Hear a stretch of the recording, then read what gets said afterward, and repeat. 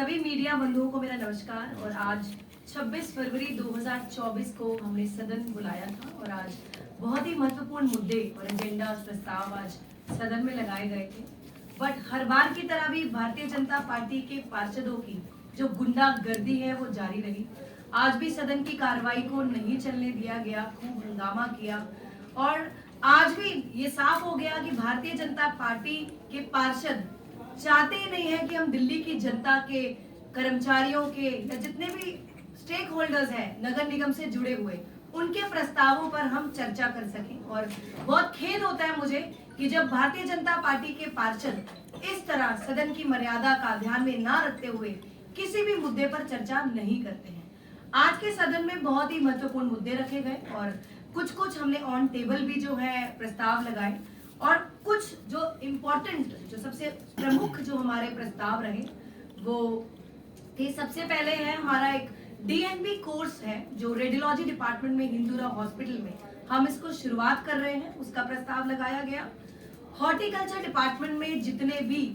हमारे कर्मचारी हैं, माली हैं, उन सभी की परेशानी को ध्यान में रखते हुए, जैसे आपको मालूम है स्टैंडिंग कमेटी का गठन अभी नहीं हुआ है, तो अब जैसे मालूम है लोकसभा के इलेक्शंस हमारे बिल्कुल आने को हैं और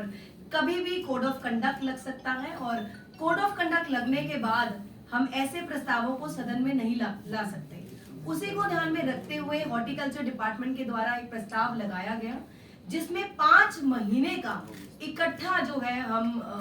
कर्मचारियों को एक्सटेंशन देने का प्रस्ताव लाए हैं, ताकि इन 3-4-5 महीनों में आने वाले जब इलेक्शन होंगे पूरे हमारे देश में, इसमें जो कर्मचारी हैं, माली हैं हॉर्टिकल्चर के, इनको परेशानी ना उठानी पड़े। उसके बाद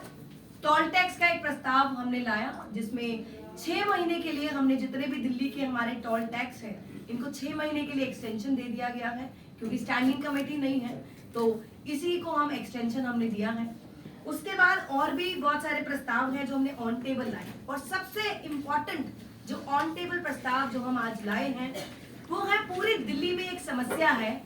कि जब भी कहीं पर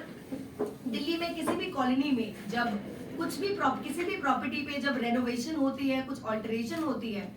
तो कई बार एमसीडी द्वारा उन प्रॉपर्टीज को बुक कर दिया जाता है। पर जब वो प्रॉपर्टीज बुक हो जाती हैं, फिर उसमें या नई बिल्डिंग बन रही हो उसको बुक कर दिया जाता है, उसमें बिजली के मीटर के कनेक्शन मिलने में पूरी दिल्ली की जनता को समस्या का सामना करना पड़ता है। अब दिल्ली की जनता की इसी समस्या को देखते हुए हमने एक ऑन टेबल प्रस्ताव लगाया है जिसमें निर्देश दे दिए गए हैं। एक केस है प्रीति शर्मा वर्सेस एमसीडी 2007 का, उसको बेस लेते हुए हमने एक प्रस्ताव बनाया है कि जब भी पूरी दिल्ली में अगर कहीं पे किसी प्रॉपर्टी में कोई रेनोवेशन है, एडिशन है या ऑल्टरेशन होगी और प्रॉपर्टी ओनर इसी प्रॉपर्टी के ऊपर अपना प्रॉपर्टी रिटर्न भी भर रहा है और कंसर्न्ड जो हमारा असेसिंग ऑफिसर होगा, जैसे हाउस टैक्स का जो ऑफिसर होता है, असेसमेंट एंड कलेक्शन डिपार्टमेंट का असेसिंग ऑफिसर, तो वो मांग सकता है एमसीडी के बिल्डिंग डिपार्टमेंट से कि जो सैंक्शन प्लान है, सैंक्शन बिल्डिंग प्लान होता है जिसके मुताबिक जो बिल्डिंग की कंस्ट्रक्शन होती है, तो असेसिंग ऑफिसर जो एमसीडी के बिल्डिंग डिपार्टमेंट से उस प्रॉपर्टी का एक बिल्डिंग प्लान मांग सकता है। नंबर 2, उसके बाद जो असेसिंग ऑफिसर है उसको अभी बिल्डिंग डिपार्टमेंट को पूरा जवाब देना पड़ेगा कि जो बिल्डिंग में ऑल्टरेशन या रेनोवेशन हो रही है, किसी भी तरह की कुछ बदलाव लाया जा रहा है, उसके भी हाउस टैक्स की डिटेल है, प्रोसेसिंग ऑफिसर की जिम्मेदारी रहेगी कि बिल्डिंग डिपार्टमेंट को उसका जवाब देगा। उसके बाद ही जो है कुछ भी एडिशनल कंस्ट्रक्शन अगर उस प्रॉपर्टी में जो करना है तो वो कर पाएगा प्रॉपर्टी ओनर, जो मालिक होगा उस प्रॉपर्टी का। नंबर 3, बिल्डिंग डिपार्टमेंट और असेसिंग ऑफिसर को एक दूसरे की जो जवाबदेही रहेगी वो 15 दिन के अंदर दोनों की क्वेरीज का जवाब देगा। उसके बाद एक as per the DMC act under section 491 जो जोनल डिप्टी कमिश्नर होता है वो एक कंसर्न्ड जोन का एक कमिश्नर का जो रूप है, जो कमिश्नर की जिम्मेदारी की तरह निभाता है और कमिश्नर, डिप्टी कमिश्नर हो या सुपरिटेंडेंट इंजीनियर हो या एक्शन बिल्डिंग हो, इन सबको भी इंश्योर करना है कि जिस प्रॉपर्टी में कुछ भी बदलाव लाया जा रहा है, अनऑथराइज्ड कॉलोनी हो या अनऑथराइज्ड कंस्ट्रक्शन हो, इन सभी की, तीनों की जिम्मेदारी बनती है कि जो इंफॉर्मेशन कंसर्न्ड इलेक्ट्रिसिटी डिपार्टमेंट में देनी है वो ये तीनों ऑफिसर्स देंगे। अगर दिल्ली जल बोर्ड में भी कोई इंफॉर्मेशन इन प्रॉपर्टीज की देनी है तो ये तीनों अफसर की जिम्मेदारी होगी कि अगर कोई एक्शन अनऑथराइज कंस्ट्रक्शन पर लेना है उससे पहले दिल्ली जल बोर्ड और इलेक्ट्रिसिटी डिपार्टमेंट में पूरी एक रिपोर्ट इन प्रॉपर्टीज की बनाकर देंगे। उसके बाद जो हमारे जोनल डिप्टी कमिश्नर हैं, जैसे मैंने आपको बताया सुपरिटेंडेंट इंजीनियर है, एक्शन बिल्डिंग है, उनको भी इंश्योर करना है कि इन सभी डिपार्टमेंट के साथ जो भी क्वेरी होगी, जो भी जिसकी जवाबदेही होगी, पूरी रिपोर्ट लेने और देने के बाद ही अगर कोई डिमोलिश का ऑर्डर निकालना है तो दिल्ली जल बोर्ड के पास भी पूरी उसकी रिपोर्ट हो, इलेक्ट्रिसिटी डिपार्टमेंट के पास भी उसकी रिपोर्ट हो, असेसिंग ऑफिसर के पास भी उसकी रिपोर्ट हो और बिल्डिंग डिपार्टमेंट यानी कि इन 4 डिपार्टमेंट्स को कोऑर्डिनेशन करने के बाद ही उस प्रॉपर्टी पर एक्शन लेना है। पूरी दिल्ली की जनता का ये बहुत बड़ी समस्या जो हम पिछले कुछ महीनों से सुन रहे थे कि उन प्रॉपर्टीज में बिजली का मीटर नहीं लगता, तो आने वाले समय में ये जो समस्या है दिल्ली की जनता को इसका सामना ना करना पड़े,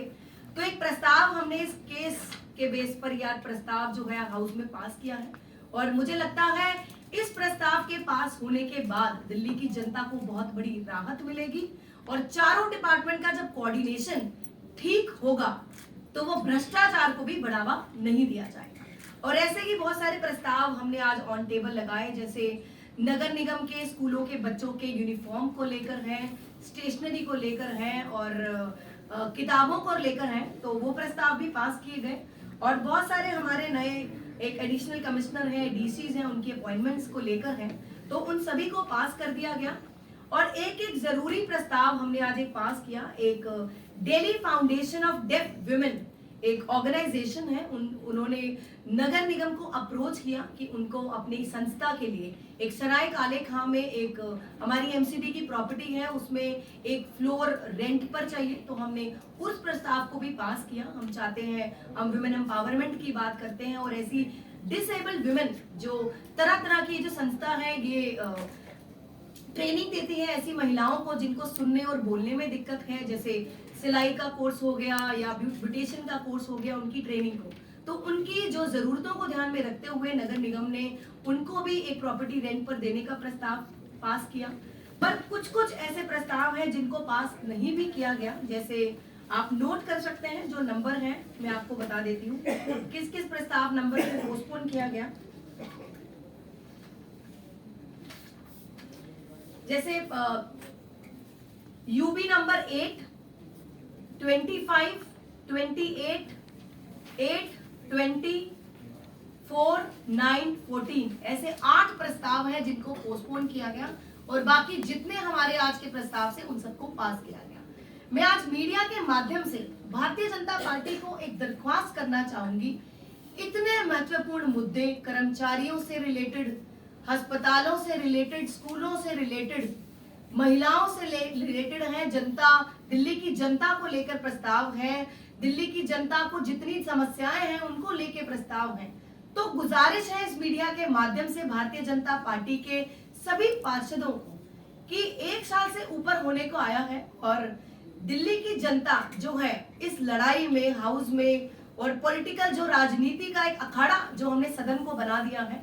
उसके मद्देनजर दिल्ली की जनता का नुकसान हो रहा है और आपसे गुजारिश है कि सदन की मर्यादा को ध्यान में रखें, हर चीज, हर मुद्दे को जो है राजनीति ना बनाएं, दिल्ली की जनता के बारे में सोचें। हम सब पब्लिक रिप्रेजेंटेटिव हैं, दिल्ली की जनता ने बड़ी उम्मीदों के साथ हमको चुना है, हम जनप्रतिनिधि हैं, हम सबकी जिम्मेदारी बनती है कि राजनीति ना करते हुए दिल्ली की जनता की सभी समस्याओं का समाधान इस सदन में हम इन सभी समस्याओं का समाधान निकाल सकें। बहुत बहुत धन्यवाद। और अगर आप चाहते हैं मुकेश गोयल जी, आप ठीक है, तो बहुत बहुत धन्यवाद। अगर किसी का कुछ सवाल है तो आप रख सकते हैं।